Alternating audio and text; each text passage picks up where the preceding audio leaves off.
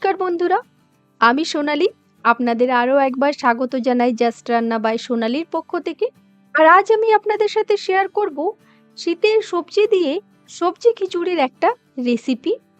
আপনারা আগে নিশ্চয়ই হয়তো এই সবজি খিচুড়ি বানিয়েছেন, তবে একবার এইভাবে এই সবজি খিচুড়ি বানিয়ে দেখুন, কি দুর্দান্ত হয় তার স্বাদ। একবার না ট্রাই করলে বুঝতে পারবেন না। তাহলে চলুন তাড়াতাড়ি করে এই রেসিপিটি আমার দেখে নিন।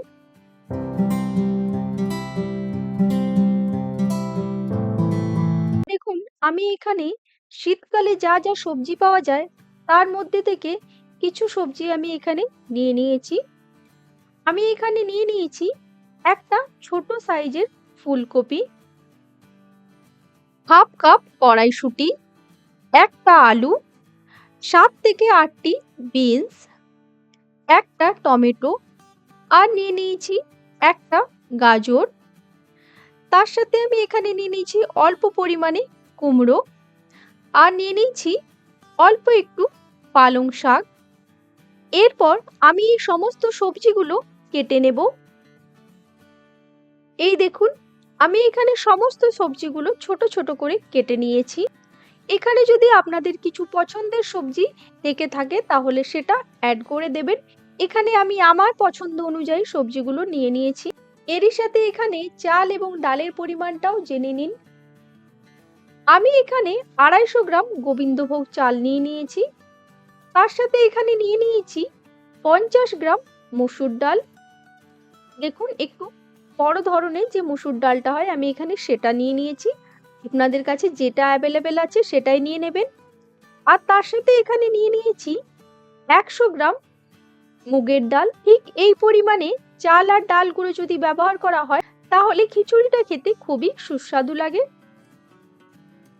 এরপর খিচুড়িটা তৈরি করার জন্য আমি একটা বড় সাইজের প্যান গ্যাসের মধ্যে বসিয়ে দিয়েছি। এই প্যানের মধ্যে দিয়ে দিচ্ছি 4 টেবিল চামচ সর্ষের তেল। আর তেলটা গরম হয়ে গেলেই আমি এখানে প্রথমে ফুলকপিগুলোকে অ্যাড করে দিলাম। প্রথমেই আমি এই ফুলকপিগুলোকে ভেজে তুলে নেব। আর এর জন্য আমি এর মধ্যে দিয়ে দিচ্ছি 1/4 টিস্পুন নুন, আর তার সাথে একেবারে অল্প পরিমাণে দিয়ে দিচ্ছি হলুদ গুঁড়ো। নুন হলুদ দিয়ে ফুলকপিটাকে ভেজে তারপর খিচুড়ির মধ্যে দিলে ফুলকপিটা খেতে খুবই ভালো লাগে। এই দেখুন, এখানে ফুলকপিগুলো আমার ভাজা হয়ে গেছে। এরপর আমি এই ফুলকপিগুলোকে তুলে নিচ্ছি।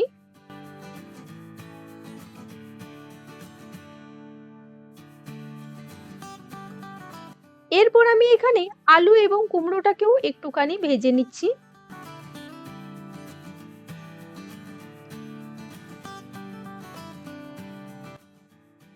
এখানে আলু এবং কুমড়োটাও ভাজা হয়ে গেছে। এরপর আমি এগুলো তুলে নিচ্ছি।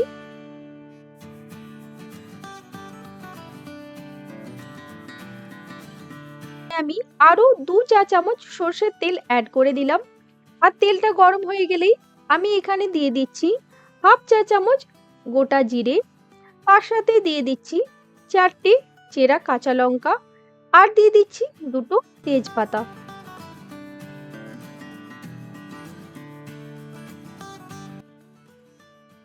এরপর এগুলো একটুখানি নেড়ে চেড়ে আমি এখানে অ্যাড করে দিচ্ছি পেঁয়াজ। আমি এখানে একটা মিডিয়াম সাইজের পেঁয়াজ ব্যবহার করেছি।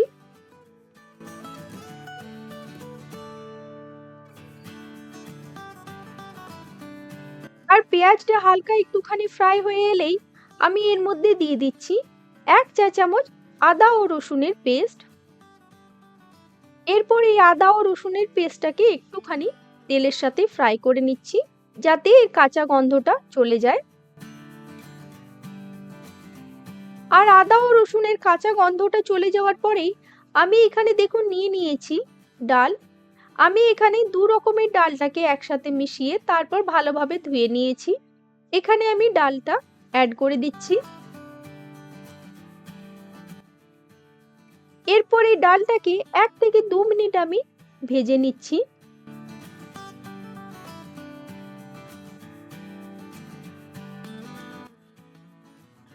আর এখানে 1 থেকে 2 মিনিট ডালটা ভাজা হয়ে গেলেই আমি এখানে চালটা অ্যাড করে দিচ্ছি। আর অবশ্যই আমি চালটা দেওয়ার আগে 4 থেকে 5 বার ভালোভাবে ধুয়ে তারপরে চালটা দিচ্ছি এখানে। এরপরে চাল আর ডালটাকে একটুখানি আমি ভেজে নেব। চাল আর ডালটাকে এভাবে ভেজে তারপর খিচুড়ি বানালে কিন্তু এর স্বাদটা খুবই ভালো লাগে।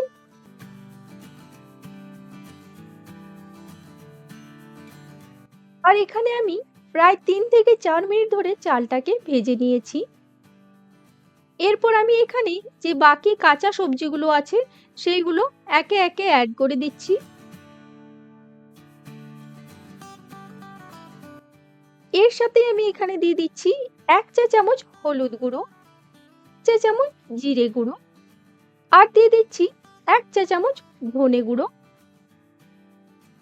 এরপর আমি সবকিছুকে ভালোভাবে একসাথে মিক্স করে নিয়ে কষিয়ে নেব। আমি এখানে খিচুড়িটাকে আরেকটুখানি ঝাল করার জন্য দিয়ে দিচ্ছি 1 চা চামচ লঙ্কার গুঁড়ো। আপনারা যদি খিচুড়িটা খুব বেশি ঝাল খেতে না পছন্দ করেন তাহলে এই লঙ্কার গুঁড়োটা দেওয়ার কোনো দরকার নেই।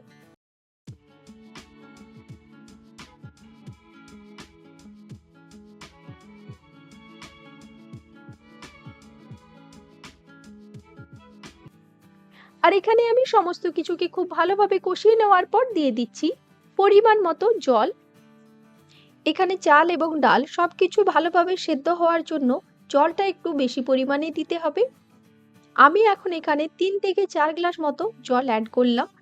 পরে যদি মনে হয় আবারও জল অ্যাড করতে হবে তাহলে আমি তখন জল অ্যাড করে দেব। এরপর আমি সবশেষে এখানে দিয়ে দিচ্ছি স্বাদ মতো নুন। তার সাথে এখানে ভেজে রাখা আলু এবং কুমড়োটাও অ্যাড করে দিলাম। এরপর আমি এটাকে ঢাকা দিয়ে বেশ কিছুক্ষণ ধরে রান্না করে নেব, যতক্ষণ পর্যন্ত না সবকিছুই খুব ভালোভাবে সেদ্ধ হয়ে যাচ্ছে। তবে অবশ্যই মাঝে মাঝে একবার করে ঢাকা খুলে দেখে নিতে হবে ঠিকঠাক মতো জল আছে কিনা, না হলে আবার তলাতে লেগে গিয়ে পুড়ে যেতে পারে। এখানে বেশ কিছুক্ষণ ঢেকে রান্না করার ফলে দেখুন সবকিছুই খুব ভালোভাবে সেদ্ধ হয়ে গেছে আর চাল এবং ডালটাও খুব ভালোভাবে সেদ্ধ হয়ে গেছে। এরপর এর মধ্যে ভেজে রাখা ফুলকপিগুলো অ্যাড করে দিচ্ছি।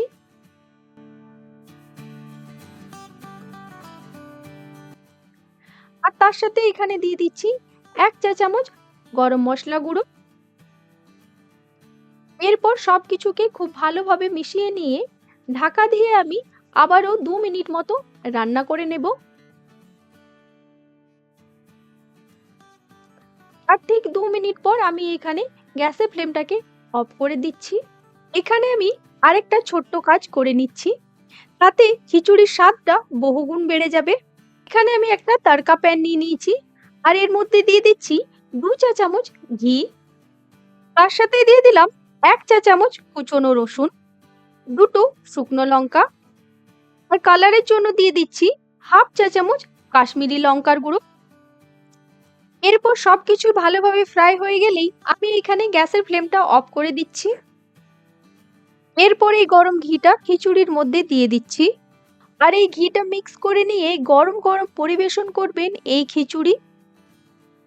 আর আপনারা অবশ্যই শীতকালে এই খিচুড়িটা একবার ট্রাই করবেন আর আমাকে কমেন্টে লিখে জানাবেন কেমন লেগেছে আপনাদের।